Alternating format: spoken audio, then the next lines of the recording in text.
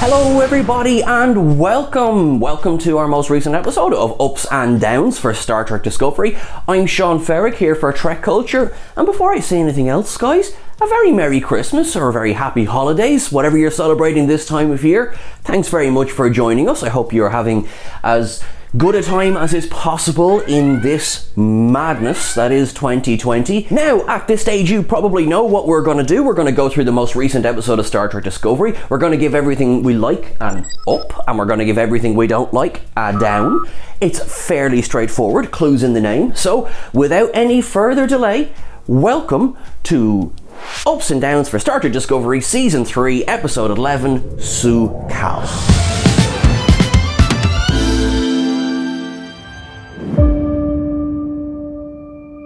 The episode picks up almost immediately where it left off last week, which is the memorial for Georgiou.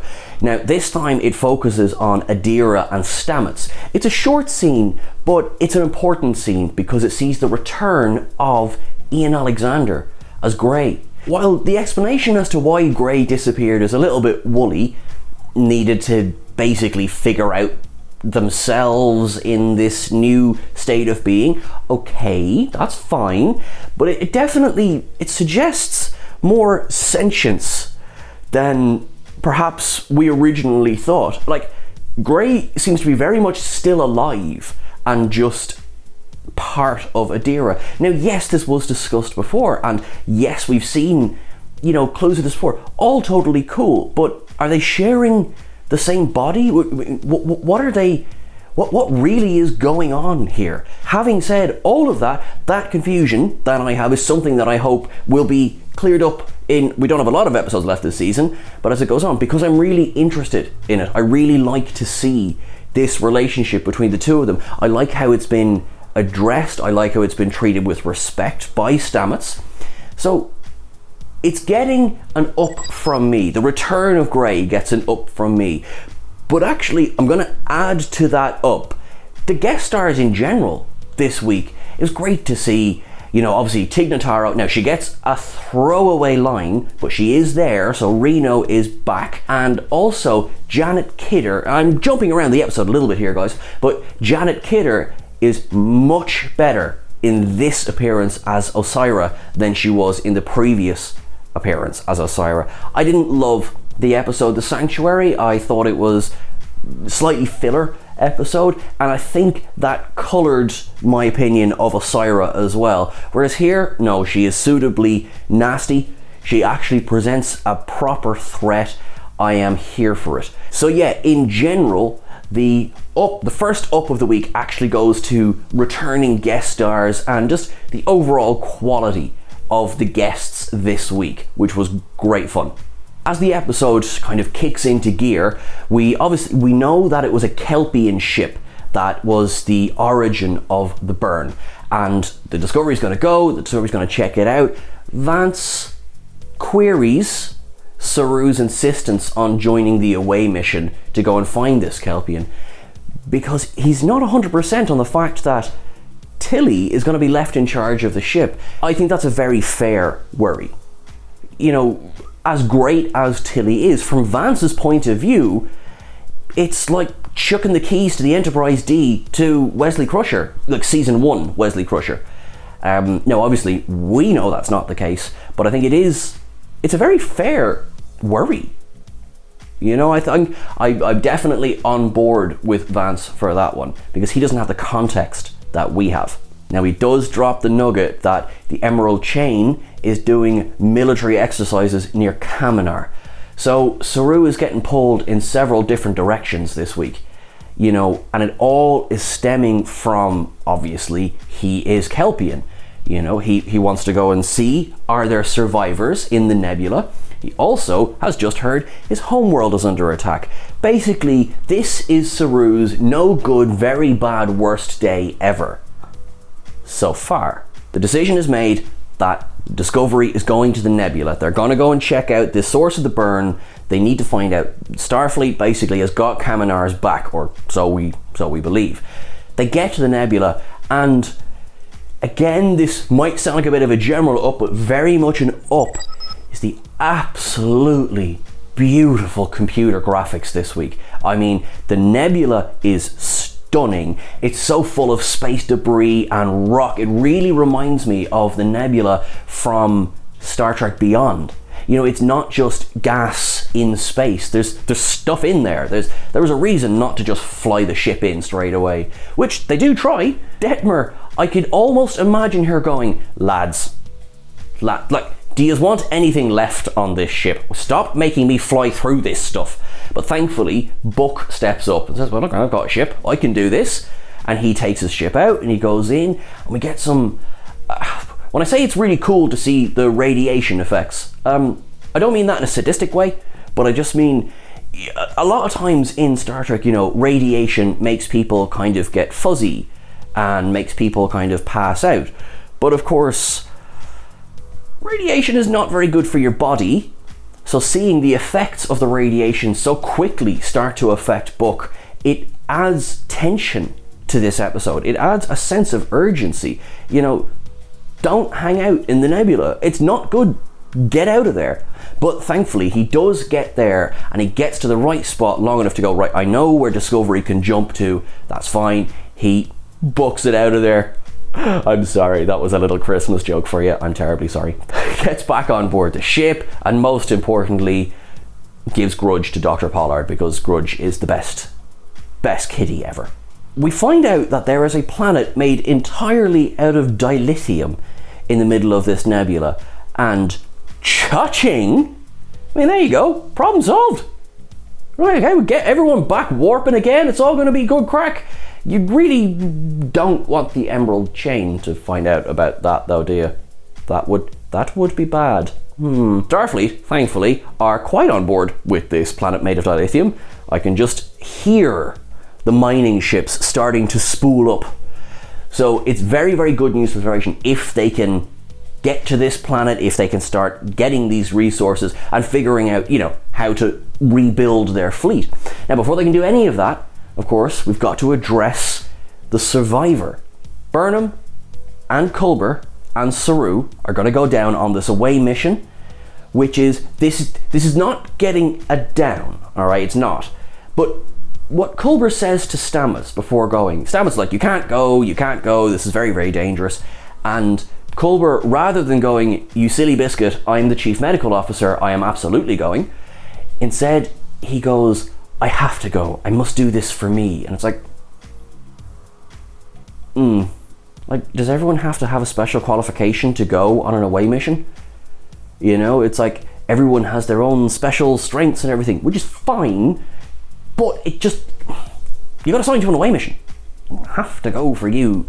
So it's not a down. It's a nitpick. I know it's a nitpick, but it was just like, was that really necessary? Let me be kind. Maybe he was just saying that to shut Stamets up. They beam down to the planet, and this is where last week in the trailer we saw there was a Trill version of Burnham and there was a Bajoran version of Culber. Hold on to that one. Coming back to that one. But fantastically, up, human Saru. They've beamed into a holodeck simulation, and Saru, it's just great to see Doug Jones out of makeup in this show, because he is one of the most expressive actors going at the moment, and obviously sometimes he's hidden underneath all of the makeup, so seeing him, you know, in the flesh, so to speak, it was just fantastic. It was an absolute pleasant surprise. And also just to see Doug Jones out of makeup, but still very much a Kelpian in his movements. Yeah, I really, really, really liked that. We have come to a down, right, of this episode. And it's in reference to Culber the Bajoran. So, this is sort of a cumulative down, okay? Bear with me. It's this season, the pacing of this season has just been weird, and we're being told a lot without being shown a lot. Now, one example was last week, Georgiou was in the Mirror Universe for 3 months. Okay, a montage might have been nice, but you know, learning all of this new tech again, montage might have been nice, but even an introduction to some of the races that the Federation has encountered between the 23rd century and the 32nd. as far as I know, Starfleet and the Federation had not encountered the Bajorans by the 23rd century. You know, now obviously that could be easily explained away by, oh, we went through an inventory of the races. You know, granted, oh, this is a Bajoran. Now, there has been a Bajoran earlier on in the season, but, you know, Burnham didn't interact with that Bajoran. I'm talking, of course, about the Running Man head exploding scene. It's just, the reason it's getting down for this week, again, might sound nitpicky, it was just one assumption too many. It was like, guys, come on, you know, give us a little bit more. Give us some of this fish out of water. We assume you know who the Bajorans are. We assume you know who the Trill are, you know. We discussed that in that episode, so there's no point going into that again. But yeah, it was just one assumption too many, and it got it down from me. I mentioned obviously the stunning graphics of the episode, and again, I cannot compliment it enough. It looks amazing. The setting, the episode was actually filmed in the Kingston Whig prison, I think I've got that right, in Canada, so it's actually a historical landmark. Particularly the scenes on the stairs. Now, obviously not the MC Escher Crumbly stairs, but the kind of central stairs. So it is actually a location in Canada. It's, you know, it's gorgeous. Can someone please mention the Gormaganders that are just flying around in the background? Because they're lovely and cool, and it's lovely to see them again. And there's also a couple of them. Remember when they were super rare, and encountering one was like encountering a unicorn? Yeah. Now, again, I know it's a holodeck, but yeah, it would have been nice to be like, oh, they're cool. Because they were cool. We know that there's going to be a Kelpie in there. That's fine. And, how do I put this? Burnham says to Saru, oh, you've been compromised. Bit rich, isn't it? Down. So, here's the thing. So we find out what caused the burn this week, and it's a real throwaway line. You know, it's basically this Kelpian Sukal is his name, it's where the name of the episode comes from. It means beloved gift, and in, you know, the aftermath of a great tragedy, a Sukal is, you know, said to be, as I said, beloved gift. He has grown up with the mentality of a child because he hasn't had anyone there to teach him, or to, you know, teach him social constructs, and hence this elaborate holographic environment that he has been living in for his entire life. I really dig the holodeck. I think it's really, really cool. Again, we've got those glitchy holograms, but you know what? The thing's been running constantly for over 100 years. Fair enough. However, he is so connected to the planet made entirely of dilithium, and he has a wee temper tantrum, and a shockwave comes out of the planet. So the burn that killed billions of people happened because a child was upset. I'm not saying that in itself is a problem, but just down. Seriously? Is that not just a bit underwhelming? No? To be fair, I understand. I can hear the comments already. Oh, Sean's going on about the burn again. And do you know what? You're right. You're right. Yes, I have given it a lot of stick, but I did hope for a better payoff. I did. I thought, you know what? They wouldn't drag it out this much for it to be nothing. And it is nothing. You know, it's, oh, all right then. And also, isn't it a good thing that in 100 years he's never had another tantrum? You know, because there is still obviously dilithium out there powering ships, so, you know, I'm sure that it can be explained away, but it was just, I don't know, meh. Having said that, I do really enjoy the interaction between Burnham when she's pretending to be a hologram and Sukal. I really liked the tone of the scene. She was so pleasant to him while also obviously trying to mine him for information. And it was just a really kind of tender scene. And it was also really nice to see that side of Burnham again, because, you know, obviously she's here, there and everywhere. You know, she's mutinying one week. She's, you know, being told by Georgiou she should be the captain another week, which, no, she shouldn't. she'll nick the Discovery the second she can. She's already mutinied once. She's not going to listen to Vance. She's not first officer for a reason. However, meant to say that last week, threw it in again there now. He says ruining a compliment for Burnham. No, she is great in this scene with Su'Kal. It's nice to see that humanity. A lot of, I think, the criticism leveled against Burnham as a character is that things are a bit overwrought. Things are always, the highest level of emotion. And again, while emotion itself is obviously great, it's lovely to see people feeling things, when it's overdone, it becomes too much. Here, what you have is, it's not that whisper voice. I think you know what I'm talking about.